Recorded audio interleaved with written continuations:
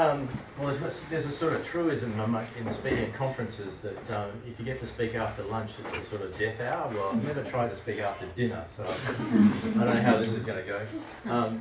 But in the spirit of things, I wore my special T-shirt. I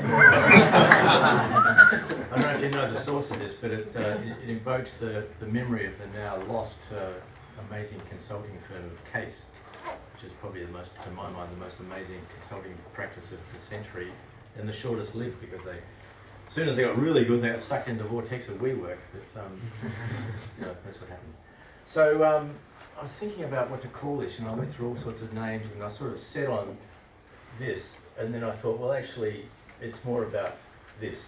So in terms of what I'm going to talk about tonight,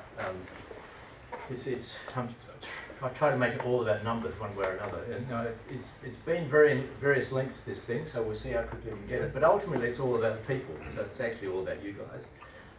But these were the amazing people who helped me do what we did at Woods Bagot. Started with Nick Holt, who was one of the first three guys we recruited to set up our New York office. He was from SOM, along with his two colleagues. So we recruited three amazing guys out of SOM New York. And he introduced me to this sort of guy in a particularly weird face, Steve Sanderson, who he was one of the three founders of Case. But you know, his legacy is shop, Columbia, taught parametrics at Columbia, then started Case, and then got incredibly rich by being bought out by WeWork. By that stage, I think their office was over 100. And there's a bit of a story about why WeWork liked them, and if it sort of makes sense later, I'll come back to it rather than slowing things down now. Then he recruited David Mance, who taught at the Pratt and had come from Grimshaw. After he'd been with us for a while, he went back to Grimshaw and took the job that he used to have at Grimshaw. And Brian Ringley came along in the next sequence. He taught at Pratt, and he got sucked into the WeWork vortex as well. And then there's Shane Berger, who, when I met Steve Sanderson, I asked him to do the computational case study, or business case, for want of a better word, Pat said better, for Woods Bagot to go digital, for the digital platform. He did an amazing piece of work. And one of the key pieces of advice he gave us, if you wanted to be seen at the forefront internationally of digital practice, you need to recruit somebody who has an international name. So he introduced us to Shane Berger, and we got Shane, and he's still there, I think. And then the final piece is this guy, Christian Derricks, who was at ADIS, came out of the Bartlett, and I set him up in the practice with an initial team of 4, which is now, I think, a team of 10, the Superspace agency, as they call it. And all these guys figure, and it's probably going to circle around to Christian's work primarily at the end. So Christian now has a team of 10 banging out that amazing stuff, and that platform of people was a very important part of establishing Woods Bagot's international reputation, which is probably of a higher profile than in Australia, quite frankly. But anyway, those guys were a key part of the foundation that really launched the platform. And we recruited them all in around 2009-10, in the depths of the post-global financial crisis. And I thought, well, if we're going to relaunch this firm, let's actually relaunch it into the future and go to the future. So let's recruit the people who are defining the future, and it worked. The title of the content is Indivisible Cities, which I won't try and explain now. So one of the features of cities like Shanghai is that people will go to the bund, stand on the bund, take pictures of Pudong on the other side, which is all those buildings, but they won't go there. They'll take their pictures, record the event, and go to the French concession or somewhere and have a coffee and meet some friends. People don't visit places like that. I'm going to end up trying to explain why. I mean, there's lots of reasons why, and you know many of them, but in the context of numbers, I'm going to try and explain it. So what are resilient cities? I tend to talk about resilient cities in terms of their latent capacity for social, environmental, and economic viability long term. Not just environmental, not just economic, but also social. I think the true requirement for resilience in cities is across all of those things. And I'm going to talk about those three, under those three headings: energy, livability, and markets. I'm going to make the point, or make the case, that these are the same thing. They're often discussed as if they're oppositional, but they're not. And I'm going to try and establish why I believe that's the case. Starting with energy, I always try and start with issues around climate change because it's the issue of the day. That's the problem, that's the cause, and we keep arguing about whether it exists or whether it doesn't, what we should do about it. But the real key thing is that the markets decided ages ago about climate change. The politics of it's just ridiculous. Way back in 2013, there was a tipping point in global investment capital into renewables.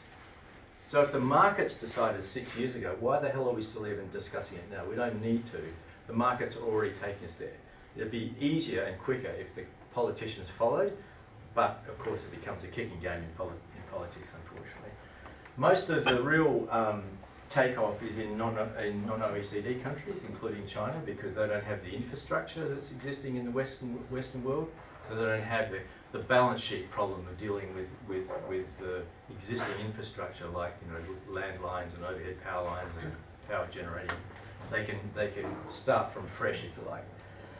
So we all know it's really about cities. So in the UN, they noted that at that point in 2006 there were more people in cities than there weren't in cities, and that's just skyrocketing from that point. So cities consume 75% of the world's energy, and the solution to that is ultimately it's about integration at district level of combined heat and power systems. Well, I'm going to try and explain the engineering of this today, but trust me, this comes from an authority, Buro Happold, arguably the best, most creative engineers in the world, unfortunately not in Australia, but this is one of their diagrams. So it's basically recycling the heat. And if you recycled all of the heat that came out of London, you'd halve the power consumption, just from the heat. If you could just grab the heat, recycle it through heat pump systems and the like, you could halve the energy in the city. Now the reason I'm making this point now is that it leads to that thing about markets. So it's, it may not feel at the moment like relevant to what you're talking about tonight, but hopefully I'll get there and you'll believe me. So the optimum city for a combined heat and power system for demand is the optimum range of the makeup of the city to reduce demand, and there'd be an equal amount of residential and office space. And that you need around about 150 units per hectare as an optimum or more. And then if you've got that much residential, you want roughly an equal amount of office space, and I'm sure you can understand why. Now, in the village of New York, there's 245 units per hectare. It's way over the threshold as a model. I'm not saying you can easily retrofit the village, but and that's about 2.4 million square meters per square kilometre of space. There's almost the same amount of office space. I don't know if you've been down there, you wouldn't credit that there's as much office as there is residential, but there is. It's an amazingly appropriate model. Ideally, you also have a mixture of hospitals, universities, and retail because they all balance out the peaks and troughs of consumption. So that area of New York actually is an optimum model for the kind of city you want to build if you want to optimize energy, interestingly. Now, livability. So, from 1950 to 1980, the population of New York declined from 7.9 to 7. It was what was called the white flight to the suburbs. So back in that era from the 50s to the 80s, all the professional people, middle class, flooded out of the cities and went into the suburbs. But that trend has reversed, and that was happening while the population of the US grew by 50%, so it's a pretty staggering kind of trend. But by 2014 it had grown again by 20% to 8.5, and this is classed as the bright flight back to the city. So your generation seems to want to live in cities. You're the bright, sort of flying at you. So that's what's happening in America, and in most large-ish cities, the new middle class, the new professional class, all coming back into the cities. And that's what's driving the economic engine of cities from a property point of view. Now shifting, and that also is true of places like Hong Kong, where I lived for 10 years, so that's why this picture's sort of in the sequence. So I want to focus on this guy here for a minute. So we're talking about livability. I'm going to focus, so his life has numbers, his life has dimension. This is what I did this afternoon, I did do a very good job tonight. His life has dimension, that says. He lives 50 metres from home. He lives above his children's veggie shop downstairs, they live with him as well. He's 150 metres from the local temple. He's 20 metres from the nearest bus stop. He's 250 metres from his local doctor. He's 25 metres from his nearest convenience store, and he's 250 metres from his grandchildren's school, so they can walk to school. And he's about 400 metres from the nearest park. So that one guy's, his life on one level is made up of numbers. You can quantify his life in that regard. And I think that's kind of interesting.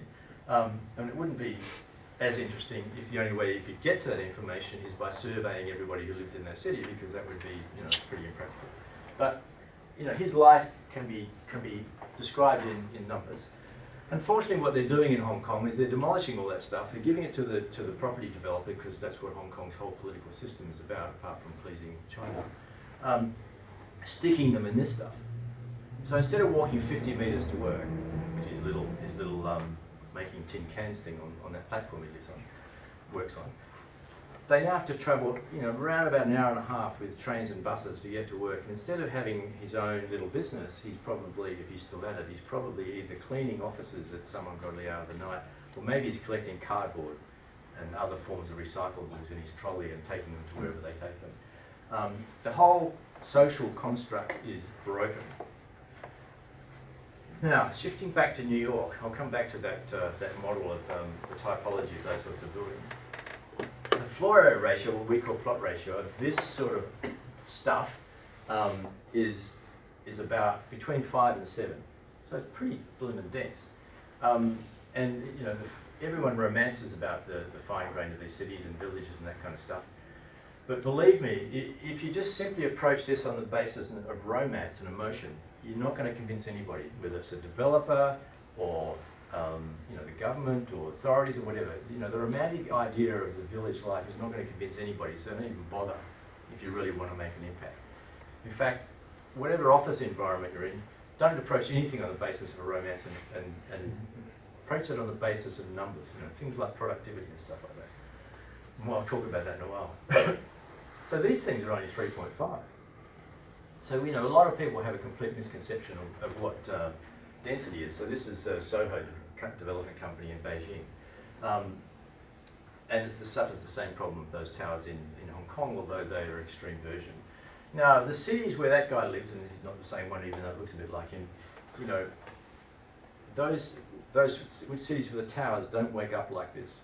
So I spent about 10 years doing that job, travelling most of the time, and I'd always go for a run in the morning before I went to work, and often it was in the dark. And you get to know cities really well if you get out and about before they've fully woken up.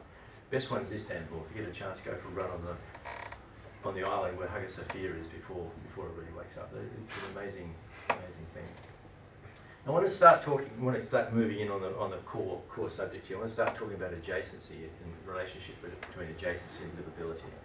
So this is some early work of Christian Derricks's Superspace team, before they were called Superspace. And this is actually mapping the optimized fit out for an office building for a corporation. I've forgotten who the corporation is.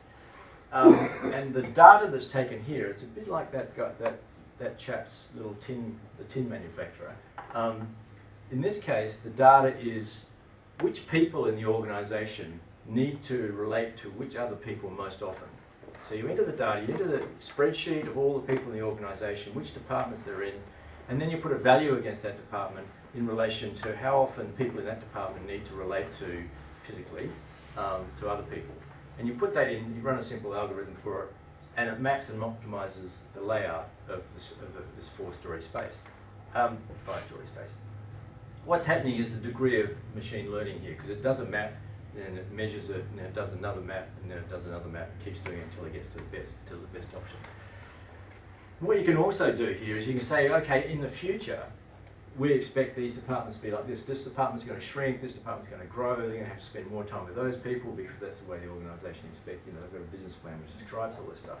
So you can future-proof the arrangement by putting that into the model as well. But if you can do that for an office building, you can do that for cities. And that's where this goes to, into livability. So this work goes back many, many years to a talk I had to give in Istanbul, in fact, which is why I was running there in the morning before everybody woke up. And it was run by Paul Finch, you know, the guy who does the World Architecture Festival. Paul Finch used to run AR, the magazine. It was called World Class Social Infrastructure for World-Class Cities. That was the title I was given. He gave me a title to speak to. I don't know why, but that was the thing I had to do. So I did this piece of work with an amazing assistant named Faith Halliday, who was really spent about half a dozen years making me look good, quite frankly. So we thought, well, livability, let's see what indices there are. And there's all sorts of indices about livability, and let's not get caught up on which one's the best. But this is how it ran with The Economist's World's Most Livable Cities, run by Mercer Group, because they sort of advise corporations about shifting people around their organisations around the world, relocation, and which are the best cities, and they rate them, and you get pay rises or you don't if you want to go to that. They give advice about that kind of stuff. And they rated the city. At that time, Melbourne was number one. It stayed there for a couple of years, but it's dropped off the pace now. Melbourne must be having transport problems or too many gunfights or something. Maybe they changed the criteria. Anyway, the criteria at the time was stability, political stability, healthcare, culture, environment, education, infrastructure. And we reckon that these ones in here, architects and planners have quite a bit to say about that. So let's take a look at it. So what we did is we mapped a number of cities, this was Melbourne, against those criteria. And what we found consistently across cities that were deemed to be livable to varying degrees was that the social infrastructure, if you can allow those things, education and all that other, the social infrastructure of the city, we found that it was disaggregated throughout the core of the city. And these were just 1 kilometre by 1 kilometre maps of cities, and we did about 12 of them. So at that point, we weren't putting number to it. This was simply pulled straight off Google Maps, or located, and it was just a pattern. It was a very crude beginning to try to understand the notion of livability through mapping and sort of working towards trying to quantify it. And what it consistently showed was that livability related to disaggregation of social infrastructure, and that's what this relates to that. So we did Hong Kong. I won't try and explain. We did Sydney. Depending which city I'm in, I usually the one I usually put up. I should have got the Perth one, but didn't have time this afternoon. Sorry. This was from the last time I gave this talk was in Sydney, so I focused on Sydney. So don't worry too much about what this really means, except that it's showing the stuff is just, it's not in zones, it's not in pockets. You haven't got a health precinct, an education precinct, and a library precinct, or whatever. It's broken up through the city, and indeed New York is as well. And when you see the land use patterns of New York, you can understand it. This is probably a bit irrelevant today, but you can see that the population density of NoHo area is pretty high, 27,000 per square kilometre. It's pretty dense. But it's the hottest market in New York. So the markets are saying yes to that model. And the energy modelers are saying yes to that model as well. And the livability modelers, me, are saying yes to it as well. And the markets are saying, let's go for it. So, we touched on this before about the bright flight back to the cities. And right about this at the same time, I came across another sort of league table for cities, which was the cities of opportunity, economic opportunity. So it's a league table for cities of economic opportunity. And there's the league table, London, New York. So we decided we'd try and map London, New York in this way. And we used their key indicators. And we started looking at where the hot markets were in London. And one of them is so-called Silicon Roundabout, Tech City over in Shoreditch. And we started looking at where these new startups, these new tech startups were renting space, just as another indicator. And so Christian and his team, in London, the data's not as freely available as it is in New York, unfortunately. In Australia, it's generally really bad at this. New York is fantastic. In London, we had to spend £2,000 to buy the data, and we had quite a crude model. In New York, we didn't have to spend a penny. Your 2,000 data sets had a really rich, fantastic model. I'm going to finish with that because that's the peak. That's the crescendo of the story. But anyway, what we were discovering was that these are locations where tech companies had rented. And what we found is that they were within a relatively close proximity to a cafe or restaurant. And that's partly because they're all spread out through all that area. But so the histogram and heat maps and things were showing that there was a correlation. This is not causality, but it's a correlation. There appears to be the beginnings of a numerical correlation between where people are renting and what's around them.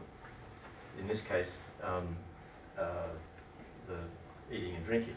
But it also relates to who's also there, like other people in the advertising, marketing, media services. They're all co-locating. So they're locating within mappable distances. So now we've got to a real map. From that livability map, which is just an abstract diagram, now we've got real maps. So once you've got real maps and you're working on a platform that you can actually measure, you can start putting numbers to this stuff.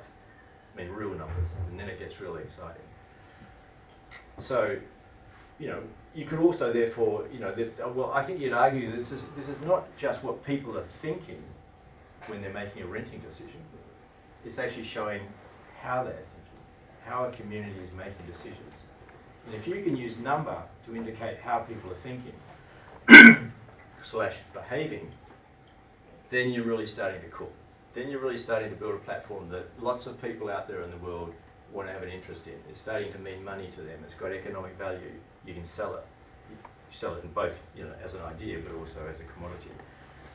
So how people are making decisions, if you've got a map that's got numbers to it, that's showing how people are making decisions, where, it could be where they're buying a house, where they're renting a house, where they're renting an office, where they've established a coffee shop, whatever.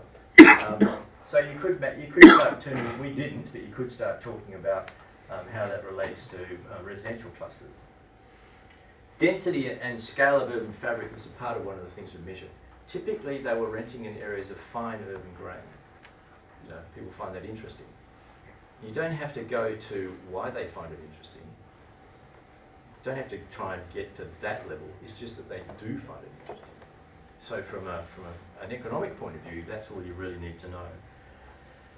And you can put numbers to it, distances to retail amenity, distances to community services and cultural facilities and so forth. And this is what at the time we were calling urban systems, trying to sort of systemize an analysis of urban constructs, and then see if you could retrofit that into a design platform. Start with mapping what's going on, what people like, what markets like, what's working economically, hopefully is also working from an energy point of view. And if you can model what's going on and good examples of that, you can turn that around and turn it into a design platform, which we started to do with Bureau Hapog at the time. So what Christian and his team did is they took there's 2,000 data sets and they put it across 6 sample districts of New York, and these are fantastically beautiful maps. I mean, these things are lovely, aren't they? I'm sure you'll get off on it like I do. And the maps are lovely things in themselves, but sometimes people just stop at the maps. You've got to go way past the maps and find out what's going on deep underneath the maps and start putting numbers to them.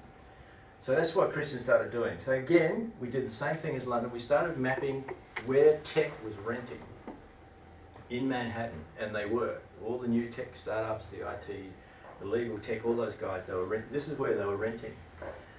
And then he set up a model across 15 or 18 different, and I'm not going to try and explain all this, just believe me, these are different. Well, here you go.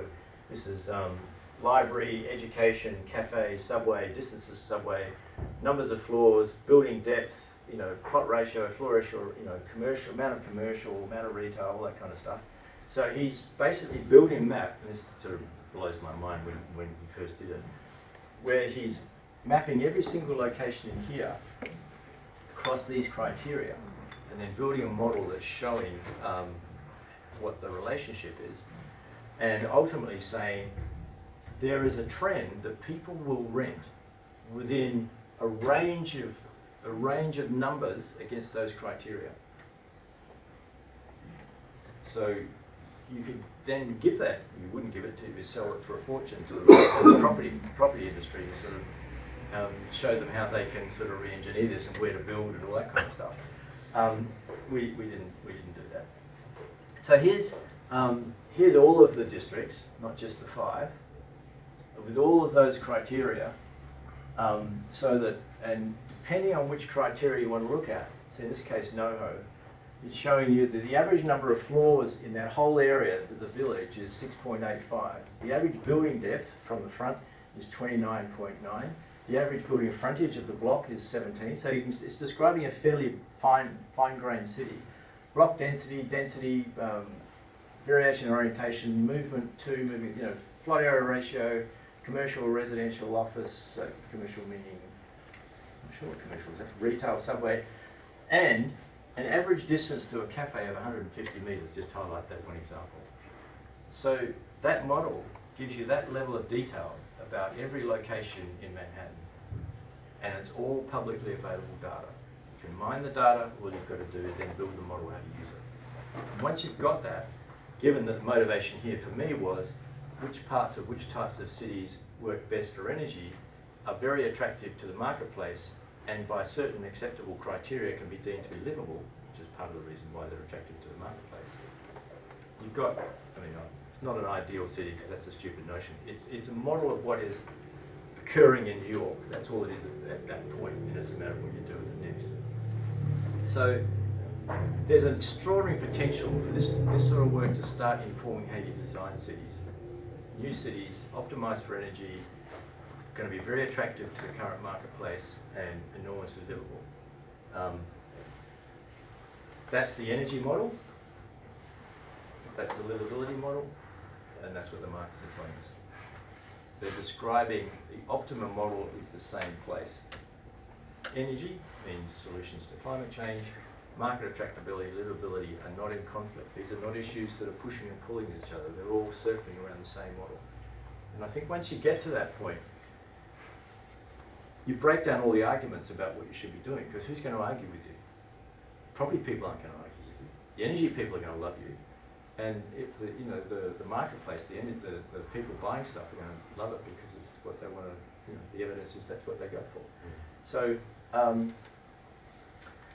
the challenge for us, therefore, is how we're going to house the majority of people in the next 30 to 50 years in an optimal way, which is socially, economically, and environmentally resilient, so that we don't continue to contribute to the problem, but start contributing at a faster rate to the solution. And what is our role in it? Well, if you're interested in computational modelling, you're the key to it. Can't happen without you guys, because it takes you guys to build the model to convince the politicians and the property people and people buying stuff that that's the right way of building.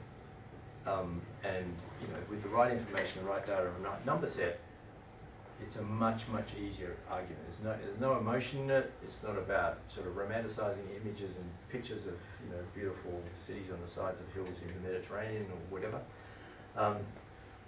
And how can we drive that through the emerging economies as well as because we're going to rebuild the whole world again in the next 50 or so years. I read a thing once that you should always start a talk by getting people's attention. And this guy was sort of giving examples, and he said one of the ones that was the best was that there are more people alive today than have ever died. And it's mind-boggling, unless you've already processed that in your head. It took me a while to think, God, it's incredible. So the problem is escalating clearly until the population issue is dealt with. So we can't, the risk of exacerbating it is huge, and the chance to therefore rectify it is also huge, because we usually talk about, there's so much already built, how can we make a difference? We're going to build the whole lot again in the next 50 years. What is currently built, unless we change the population thing, the amount of built form